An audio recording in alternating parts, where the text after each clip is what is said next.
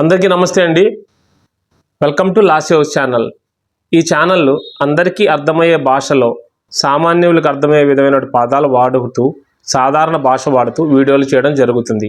ఈ ఛానల్ యొక్క పేరు కూడా లా సేవ్స్ ALTM, అంటే లా అనేది తెలుసుకోవడం ద్వారా ఆల్వేస్ ఎప్పుడూ కూడా చట్టాలు తెలిసిన వారు సేఫ్ జోన్లో ఉంటారు. అందుకని లా సేవ్స్ ఆల్టమ్ అని పేరు పెట్టడం జరిగింది. వీడియోని ఎక్కడా స్కిప్ చేయకుండా చూడండి, లైక్ చేయండి, షేర్ చేయండి. ఎందుకంటే అందరికి అవగాహన కలిగించే వీడియోలు చేస్తున్నాను కనుక అవి మీ అందరికీ తెలియాలి. Let's move into the video and topic. ఇక టాపిక్లోకి వెళ్తే లిమిటేషన్ యాక్ట్ అంటే ఏంటి, ఎవరికి ఎందుకు ఎప్పుడు అవసరం అవుతుంది, దాని ప్రయోజనాలు కూడా తెలుసుకుందాం. ఒక కేసు ఫైల్ చేయాలంటే ఇండియన్ లిమిటేషన్ యాక్ట్ 1963 ప్రకారం బేస్ అయ్యి ఫాలో అయ్యి కేసు ఫైల్ చేయాలి. ఏదైనా ఒక కేసు సివిల్ కేసు కావచ్చు, క్రిమినల్ కేసు కావచ్చు, ఫైల్ చేయాలంటే ఎన్ని రోజుల్లోపు ఎన్ని సంవత్సరాల్లోపు ఫైల్ చేయాలి, దానికి ఏమైనా టైం పీరియడ్ ఉంటుందా, లిమిటేషన్ ఉంటుందా అనే అంశాలు కూడా ఈ లిమిటేషన్ యాక్ట్స్లో అబ్జర్వ్ చేసి మనం కేసు ఫైల్ చేయాలి. జనరల్గా కోర్టులో సివిల్ అండ్ క్రిమినల్ కేసులు రెండూ ఫైల్ చేస్తుంటారు. సివిల్ కేసులు అంటే ల్యాండ్ కేసెస్, భూమికి సంబంధించిన కేసులు, డబ్బుకు సంబంధించినవి అంటే మనీ రికవరీ కేసులు అనమాట. ఆస్తి తగాదాలు, కబ్జా, భూ ఆక్రమణ, ప్రాపర్టీ రిలేటెడ్ ఇష్యూస్ కేసులు ఇవన్నీ కూడా సివిల్ నేచర్ కలిగి ఉంటాయి. సివిల్ కేసులో కేసు ఫైల్ చేయాలంటే మనీ రికవరీ సూట్స్, మీరు ఒక వ్యక్తికి ప్రామిసరీ నోట్ రాసుకొని డబ్బులు ఇచ్చారు, కొంతకాలం పే చేసిన తర్వాత మీకు డబ్బులు ఇవ్వడం అతను ఆపేశాడు, ఎన్నిసార్లు అడిగినా ఇవ్వడం లేదనుకోండి, అప్పుడు 3 years గడిచిపోతే మీరు లిమిటేషన్ పీరియడ్ గమనించకపోతే కేసు వేయడానికి ఉండదు. 3 సంవత్సరాల తర్వాత కేసు వేయలేరు, ఎందుకంటే ప్రామిసరీ నోటు వ్యాలిడిటీ 3 years మాత్రమే. మీకు ఎవరైనా డబ్బు తీసుకొని ఇవ్వనప్పుడు 3 years లోపే కేసు ఫైల్ చేయాల్సి ఉంటుంది.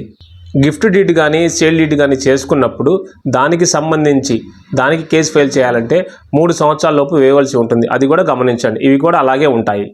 ఇలా అనేక రకాల సివిల్ కేసులు ఉంటాయి. ఇక నెక్స్ట్ రెండవది ముఖ్యమైనది క్రిమినల్ కేసు. క్రిమినల్ కేసుని ఎప్పుడు ఫైల్ చేయాలి, టైం లిమిట్ ఎంత, టైం పీరియడ్ ఎంత, లిమిటేషన్ యాక్ట్ చెప్పిందో చూద్దాం. క్రిమినల్ కేసులు అంటే మర్డర్, రేప్ ఇవన్నీ తీవ్రమైన నేరాలు, శిక్షాకాలం, పనిష్మెంట్, ఇంప్రిజన్మెంట్ కూడా ఎక్కువ ఉంటుంది. దాన్ని అనుసరించి లిమిటేషన్ పీరియడ్ ఉంటుంది. ఒక క్రైమ్ జరిగింది అనుకుందాం, అప్పుడు పోలీసు వారు ఆ వ్యక్తిని అరెస్ట్ చేసి కోర్టులో ప్రొడ్యూస్ చేస్తారు, అప్పుడు ట్రయల్ జరుగుతుంది మామూలుగా. అయితే ఇవన్నీ కూడా క్రైమ్ జరిగినప్పుడు భారతీయ నాగరిక సురక్షా సంహిత అంటే ఒకప్పుడు CRPCగా ఉండేది, సెక్షన్ 514 ప్రకారం బేస్ చేసుకొని క్రైమ్ జరిగినప్పుడు కేసు ఫైల్ చేయడం జరుగుతుంది. ఫైన్ వేసినప్పుడు 6 months లిమిటేషన్ ఉంటుంది. కంప్లైంట్ ఫైల్ చేయడానికి 6 months సరిపోతుంది.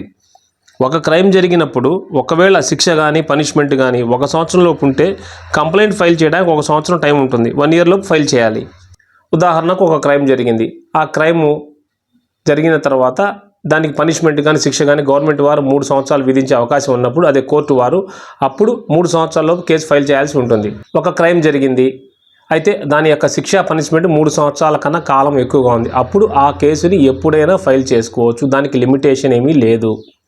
అలా కోర్టు ప్రొసీడింగ్స్ పరిశీలించాలి.